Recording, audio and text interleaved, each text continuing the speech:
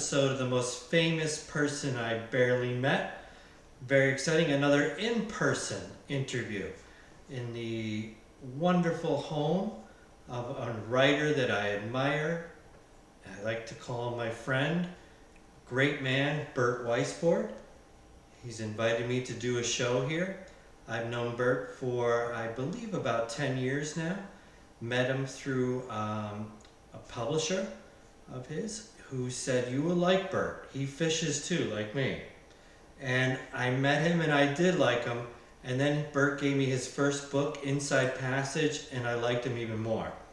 It was, and I say this without, even though he's my friend, one of the best books I've read in the last 10 years. Such a good book. First in a series of thrillers that he writes. I enjoyed it. I enjoy him. I love talking to him. He's got great stories, and I think you're going to enjoy it too. And so without more admiration and adulation, hello Bert, how are you? I'm good, and thank you for having me on this program. Oh, thank you. And we're sitting in chairs. I always say Bert is the consummate gentleman. He's from another era. He writes all day and then he relaxes, and he's got a beautiful view here. You can't see, but it's gorgeous. And he just is just a pleasure to be with. But what did I miss, Bert? So you fish and you write. What did I miss? Well, if you want to learn about my writing, which I think is really central to this interview, I think we should start when I first went to Hollywood, and this was when I was in my late 20s, and it was in the 70s. Okay. And I'd gone to college. I went to Yale, and I studied a lot in psychology, and I worked with wonderful psychoanalysts who were very formative. You know, this was the end of the 60s, and I mean, I've gone back further than I intended to, but this is important. And you're only 40. So. But I did tutorials in the late 60s with Robert J. Lifton, who wrote the Hiroshima book, and Kenneth Keniston, who wrote Committed Youth and then The Uncommitted, and Kai Erikson, who was Erik Erikson's son.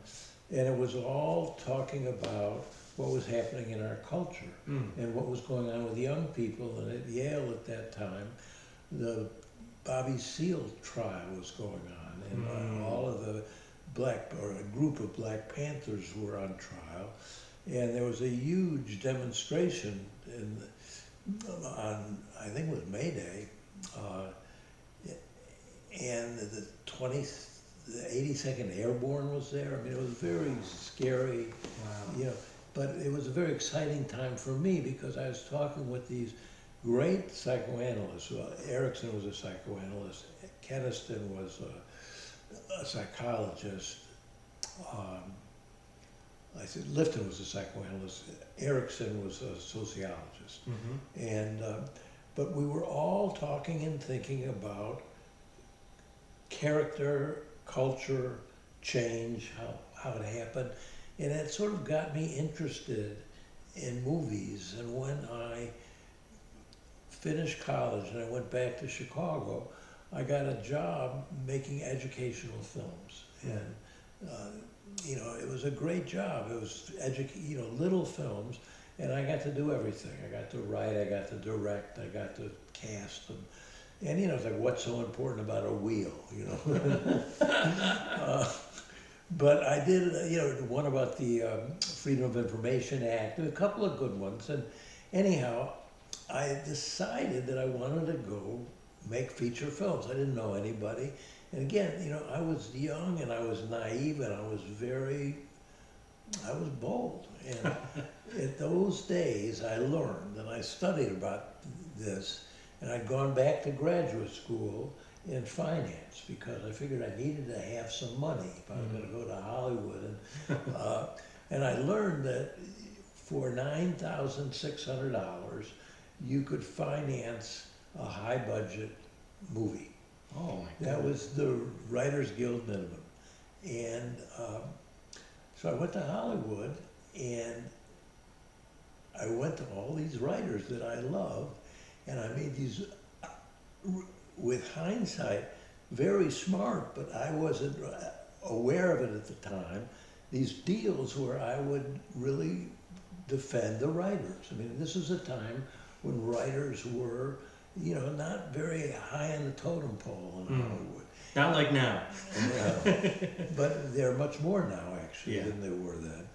But, you know, they were constantly being rewritten by the actor's cousin or, you know, somebody that, you know, and they didn't have much control over their screenplays. And so I said I would let them be producers with me. And, you know, I bought, and I backed them. And it's a long story, but I ended up working, when I tell you the writers that made these deals with me, with hindsight, it's unbelievable. There's Alvin Sargent, who wrote Ordinary People and Julia, and there was Freddie Raphael, who wrote Two for the Road and Darling. Great movie. Great. Stuart Stern, who wrote Rebel Without a Cause, and The Ugly American.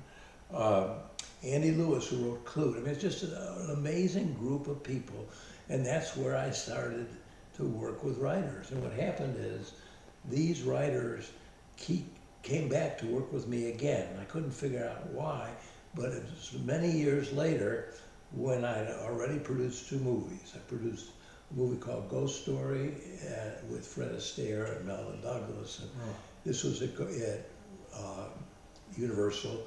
And I produced a movie called Raggedy Man with Sissy Spacek. Right. And I had decided, and I'm jumping ahead a little, but I decided that if I was going to stay, I had to make a decision. I either wanted to become a director of films, because the producer has a lot to say, especially at the beginning, about the screenplay and the casting and so on. But the directors really had the final say, especially then. And I either had to become a director or I had to become a writer of books, and then I would have the kind of control that I wanted to have. And I thought about this a lot, and I had young children, and I realized that directors went away maybe 6 months a year, and I didn't want to be away from my kids for that. And so I started to write, and what I'd learned working with all these writers, the reason they came back is I added some value. I had no training in writing, I didn't know, but you know, I was interested. My interest was always what I'd learned from the psychoanalysts and the psychologists was character-driven thrillers. And I learned with these writers how to do it, and then I began to do my own writing. And it was thrilling for me, because I didn't really know how to do it, and I sort of found my own way. And my first book, it took a long time, was published in 2013. So that was long after I left Hollywood. And I never stopped writing. And It's very prolific, very prolific. How many books do you have now? I'm the 9th book. Number 9. I just published the 8th. Just published the 8th. And please read these books, they're so good. So you always, you know, just to get the chronology, you go to Yale, and I know a little bit of this, you know, from our past friendship, but you went to Yale, you were only 16. Is that correct? Maybe Or 17. 17. But he was a mature 17. So. Right. But he went to Yale, and then there's a lot of story here, but then you went to Northwestern, right, for your MBA. I went and made educational films first. Oh, you made educational for a couple of films. years Okay. at Gilbert Ultra Productions, which Right. is where I made it's all, what's so important about a wheel. Okay. And then he goes to Northwestern to learn about money, because he wanted to be a producer. And then, I can share this, he's told me, you don't finish because you got the money you needed. Well, one of my professors at Northwestern contributed to my fund. You don't hear that often, the professor giving the student money. And so Burt goes to Hollywood in like 1970, It's the late 70s. late 70s, and starts immediately ingratiating himself with writers who were so happy to meet someone who valued them, correct? Yeah, and I you know, I can't get, like, I called Ross McDonald, you know, who, his name was Ken Miller, but he Yeah. wrote as Ross McDonald, and who wrote the, you know, all the Lou Archer My favorite. books, and My I favorite. loved them. I do And too. he wrote his only screenplay for me. I mean, I went to see him, and he Yeah. agreed to do it. And I mean, it was an amazing education for me. Andy Lewis, I worked with, who wrote Clute, he and his brother, and I worked with him on 4 screenplays. And these are all great stories. I mean, the 3rd screenplay we sold to Warner Brothers for $250,000, you know, which at that time was an amazing Huge. amount of money. It's a lot of my money now. And anyway, that never got made. They bought it for Clint Eastwood. This is a real Hollywood kind of story. And of course, Clint Eastwood, his sensibility was not Andy Lewis's sensibility. Okay. Think about Clute and, you know, Clint Eastwood movies. And you can, Right. And anyway, that movie never got made, but it was a great experience. And so I had a wonderful time in Hollywood, and maybe I should tell my first, I mean, if you want to talk about meeting, kind of meeting famous people, that's Well, a good place to be. That's a good segue. And Bert's good. Listen, if you read his books, he's the king of segues. He's so good. They just flow and all that. So that is a nice. So with people like Bert, who are so accomplished and respected and been around, they know. It's not that they just barely meet famous. They meet a lot of people. He knows everyone. He still votes for the Oscars, right, and all that. Yeah, I'm a So- member of the Academy. But so I'm not going to stay so hard and true to the rules that you just barely meet him. I'm going to let Bert tell whatever story he wants. So I always say, who's the most famous person you barely met? But you take leeway and you start whatever story you want to share with us. I'm actually going to tell you 2 stories. I'm going to start with a short story, which Okay. is a funny story about me. Okay. During the time when I was in Hollywood, I was at Universal, and they had made a movie with Robert Redford and Jane Fonda, and Willie Nelson was in the movie. Oh. And I had worked with Bill Whitliff, the writer on Raggedy Man, Okay. and he was also a Texan and knew Willie. And Willie wanted to do a movie from his record album, The Red-Headed Stranger. Okay. It's a great album. It's a great story. Okay. And this is a funny story. I mean, so I met Willie, and I worked with him developing, you know, talking about the screenplay with Bill, and I was at his studio.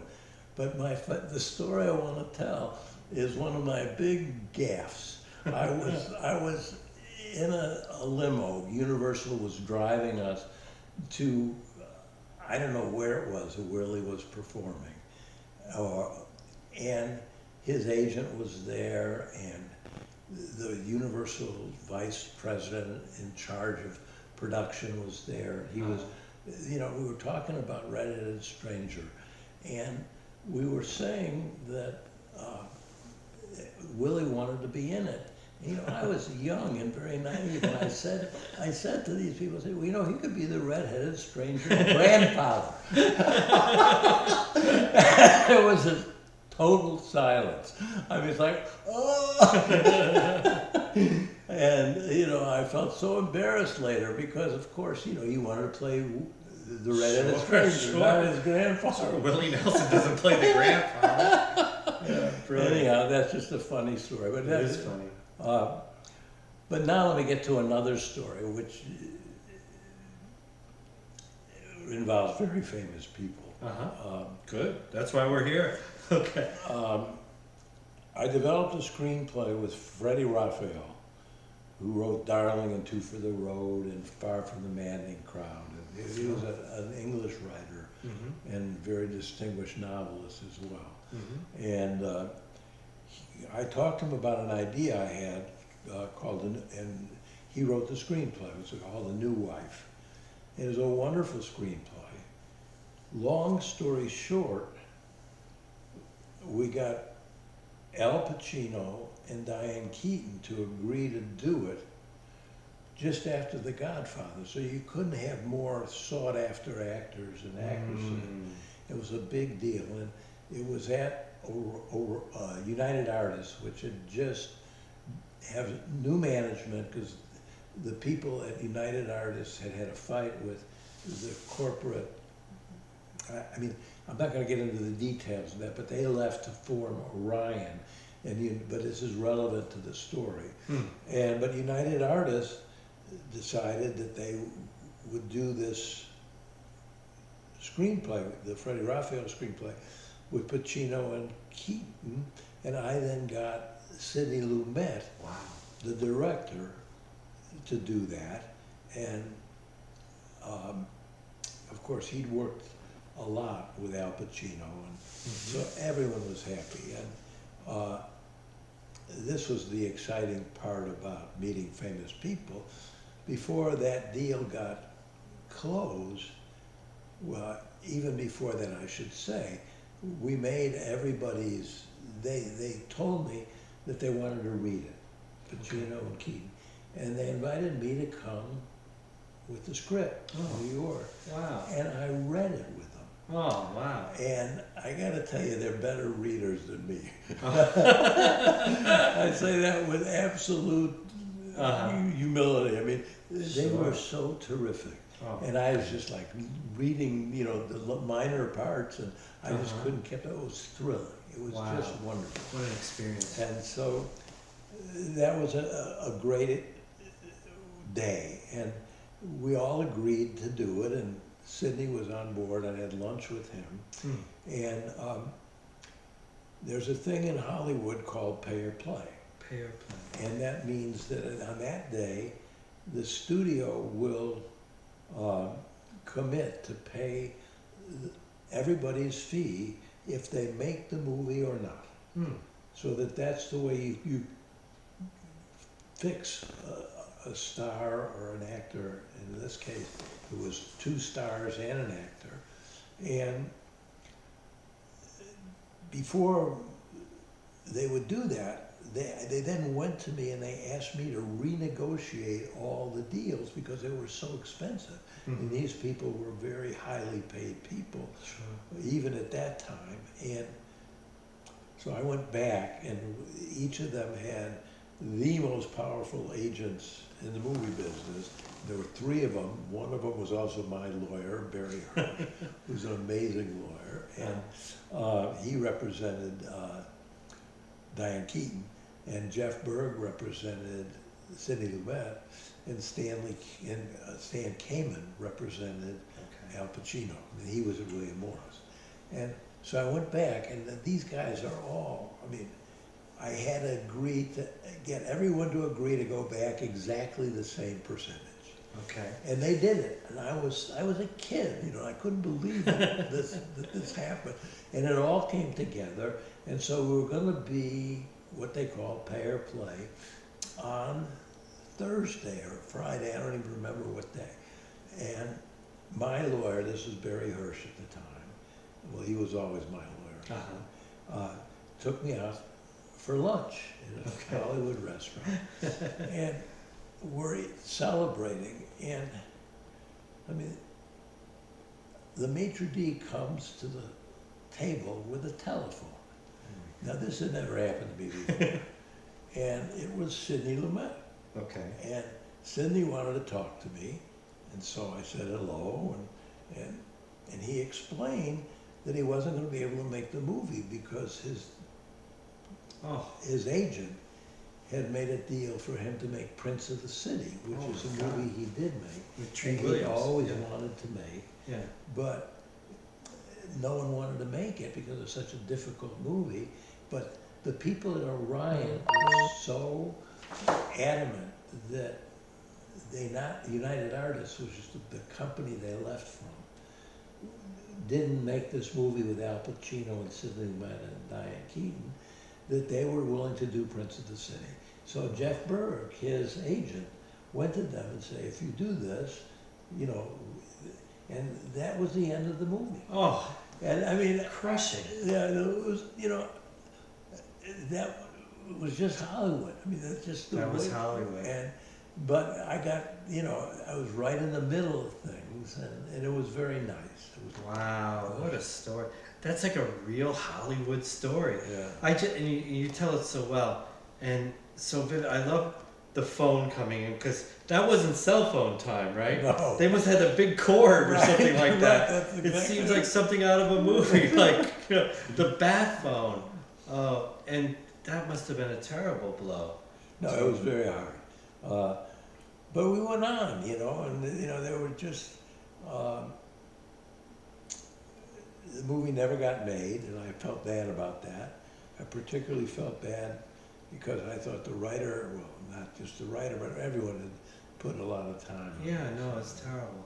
But Hollywood's loss is our gain because you moved on and wrote great books. Did you ever talk to Pacino after that, or No.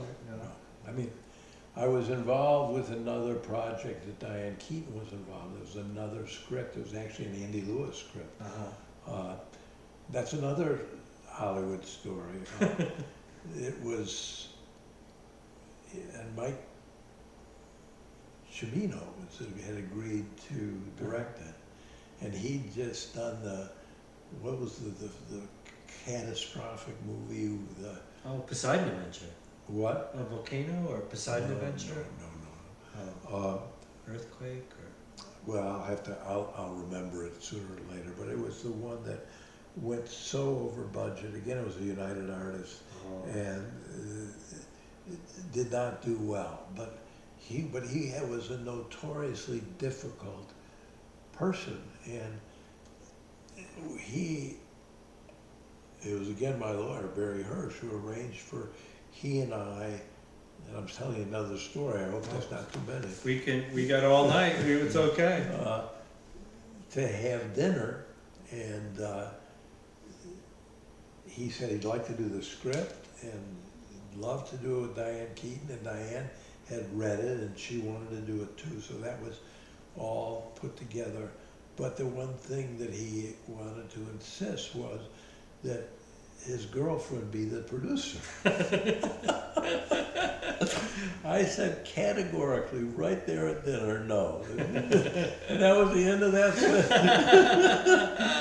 I mean, there's so many stories like that. Well, maybe we'll have you back.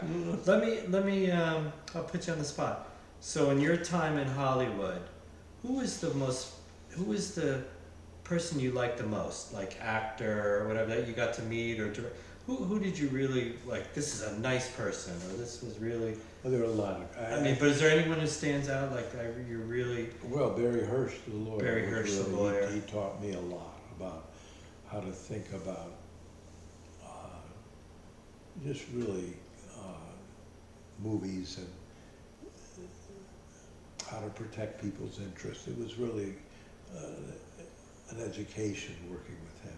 But there's also great directors like Alan Pakula, who directed All the President's Men. Oh, great movie. And he directed Sophie's Choice. Oh.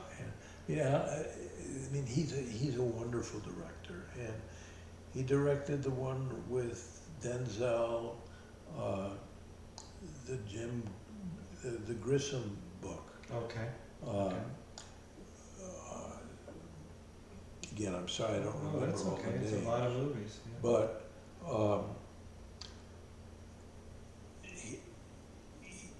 he was interested in the screenplay I worked on with Ross MacDonald, but mostly he was a great admirer of Ross MacDonald. He wanted to meet him, and so I set up a lunch in Santa Barbara, and I had lunch with Alan Pakula and God, would I Ross like to be at MacDonald. that lunch. And oh boy, that was brilliant. thrilling. That was just thrilling. I'm gonna name drop for you because you told me one. Paul Newman. You Yes. like Newman, right? Yes. Stuart Stern, let me just finish with Yeah. Sorry. Ken Miller or Ross MacDonald. But he was became a real good friend of mine.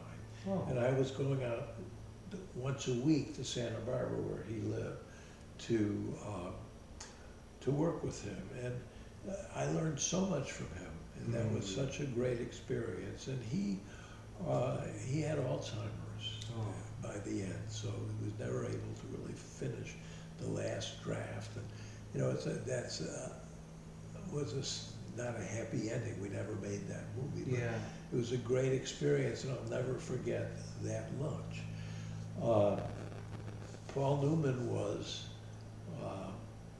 Stuart Stern, who written The Ugly American, Summer Wishes, Winter Dreams,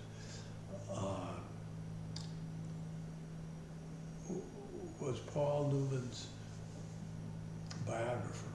Okay. He was friends with him. And Paul Newman was making the Poseidon, is that the one he did, the disaster movie? I don't know. It was in Hawaii. And Stewart arranged for me to have lunch with him. And, you know, we were talking about another project. And there are very few people I've ever met. I mean, he's just the nicest man. I mean, he's another really fine person. How fun. Yeah. How fun. Well, you know, back to the Ross McDonald, I read those books back and forth, the Lou Archer books. And this man right next to me, his writing reminds me of another of my favorites, Raymond Chandler. So if you're a Raymond Chandler fan, you'll be a Burt Weisbord fan because of his attention to detail, grittiness, emotional output, and it's just brilliance. But that's one of my favorites too, Raymond Chandler, Lou Archer, Ross McDonald. I want to just switch quick gears. Let me I just remembered the Alan Pakula Oh, okay. Pelican Brief. Pelican Brief, that's Sorry. right. So, while we have you here, I like to ask questions that I'm interested in. So, again, Burt is very prolific writer, thrillers and all that. What's the difference in writing? I know he's going to say a lot, but if you can just vary between writing a screenplay and writing a novel. I mean, there's the physical differences, the time and all that, but is there any like psychological difference that a writer's got to take, or some kind of, you know, for a writer, what's the difference you see? Well, the big thing is in a screenplay, you never can go inside a person's head. Oh. And you do that with so much fun with a novel. I mean, you simply don't. You can't say he was thinking this, you know, in a screenplay. Right. You know, you have to show it. And it's an entirely different kind of phenomenon as having interior sequences. I mean, a lot of my writing is inside of someone's head. Right, that's right. He's got a psychologist character in his books. First one, Abe, who is just one of my favorite characters of I'll say the century, because we're in the 2000s, really good. So you learned a lot about characterization and things. So you took that into your own writing. So clearly your Hollywood experience and meeting all these writers, when you sat down and started banging out books, that was your foundation that you leaned on? I think that's how, I mean, I'm not, it's much more easier to talk about it in hindsight, but I think that that's right. I mean, I think that I really learned a lot about character-driven stories. I mean, you know, a lot of times when I first wrote my first book, I tried to write an outline, and I'm now at the point where I never do that. I let the characters develop the story. You know, what I do is I try to create what I call a rich stew, which is really wonderful characters in a situation where a lot of things can happen. Oh, isn't that fun? And you let them go, and they really tell the story. And, you know, obviously you influence it and you know, but the most unexpected and great things happen when you let them go. You let them run. Yeah, I think I might have shared this with you before, but I think it was Tolstoy. They said when he was on his deathbed or whatever, he was talking. He had a fever. He was talking to all his characters. So, you know, you got a long way to go. I don't want you talking to him. But Burt, his last few books, he's got this group of great characters. And he always tells me, he goes, well, I'm writing another book. And I said, I know, because you don't want to let these people go. You're having so much fun with them, you know. Well, this was the 5th book with these people. So for a lot of writers out there, what's your regimen? When you're writing a book, how do you approach it? I'm sorry, I didn't remember. What's your regimen? Do you write every day, or when you're in a project? Well, you know, like a whip, as they say. I try to write every day because it's really, I enjoy it, but it's also part of my process, which is to go over something I've written the day before, the next day. Okay. You know, continue it and go further. And, you know, obviously I can't do it all the time because if I'm traveling or if there are medical issues or, you know, other things going on. But I try to write every day, 7 days a week. 7 days a week.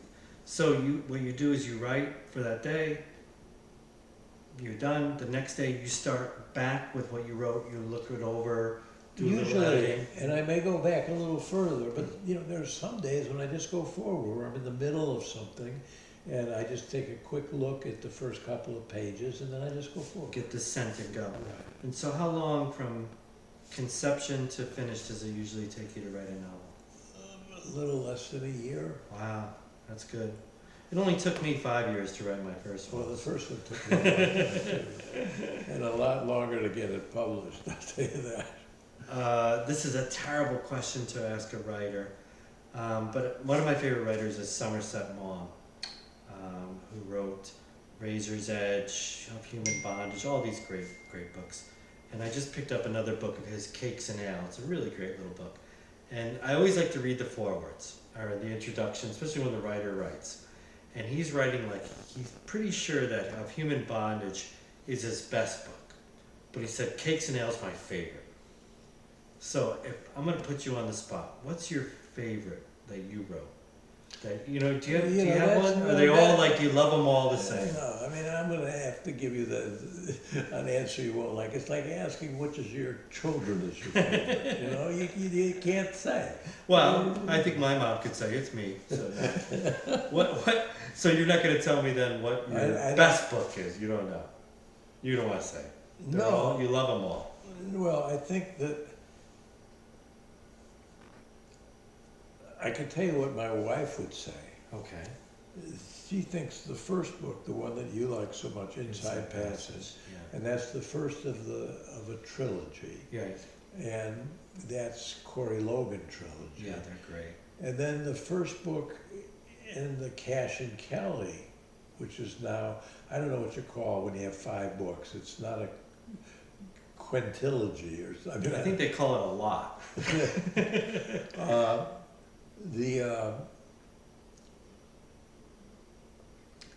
Is her other favorite, which is Danger in Plain Sight. It's a great book. And he's got these great character series, and then he's got this one book that's sort of an outlier, In Velvet, which is a great book about Yellowstone and very, very, a little surreal, a little sci-fi, a thriller. I love it. So it kind of stands alone in your books. It is, and it's one of my favorite books. Yeah, I love that book. I mean, it's set, you know, in the 90s, and I would recently been thinking about, because of the Yellowstone TV series. Yeah. My publishers would really like me to come back and write another Yellowstone book. Well, let's do it. Do it. That would take you about a year. Just, a little longer, because right. there's so much to catch up on. Wow. But I mean, Yellowstone's really changed. But I love Yellowstone. Well, I can't tell you people out there enough. Buy this man's books. You won't be disappointed. And I'm gonna end a little bit of my personal story. When I first met Bert, maybe a couple years. He invited me over to his apartment in the city at that time, and I went into his office, and he had his books framed, the covers, on the wall. And I saw that, and I said, that's what I want. Not his books on my wall. I have them in my shelf. But I said, I want to have books. I want to have books. And I was just in the process of publishing my first. So as soon as it got published, I got the cover, put it in a frame, put it on there. And since then, I put frames up when I got a book coming, and then I put it in. So I'm at 4 now, gonna be number 5. Wow. So I got a little time, I gotta catch this guy. But it was a great motivator for me, because I saw what I wanted to be. And and I'm very grateful Well, to have you in my life. let me say too that I'm very appreciative of my relationship with you. Thank you. And I'm an admirer of your work. Oh, I mean, thank I've you. read your books, and I think you're a gifted writer. Wow. And I always say when someone says that, you're the one. So, but I hope you enjoyed this, and I think we're going to have this man back. Maybe we just talk writing. Maybe we'll talk more Hollywood in the golden age. we could talk fishing. We could. Yeah, we both fish. We both fish.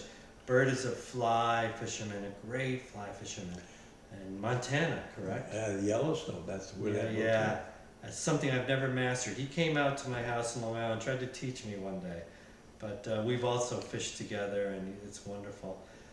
I have one question. So I always ask the same question to people when they tell stories. And you can pick who, but if you told a few stories, but let's stick with Pacino and, no, let's Sidney Lumet. If Sidney Lumet was, I know he's not with us anymore in this world, but if you could talk to him, if you could say one thing to him again, what would you say? I say, aren't you sorry that you made this into the city instead of a new one? That's a good answer. That's a great That's what I would answer. say. That's easy. Aren't you sorry? You made a big mistake, Lumet. Yeah. Oh, that's a good way to end. Well, thank you, Bert. Thank And, you, John. Everyone out there, if you like the show, like it. Please subscribe. It's free. I'm going to put a link to Bert's books for everyone to see and find them. I can't tell you enough. Read them. They're fantastic. And don't watch Prince in the City, okay? Never watch that. All right. Thank you, everybody. Bye-bye. Bye-bye. Bye-bye.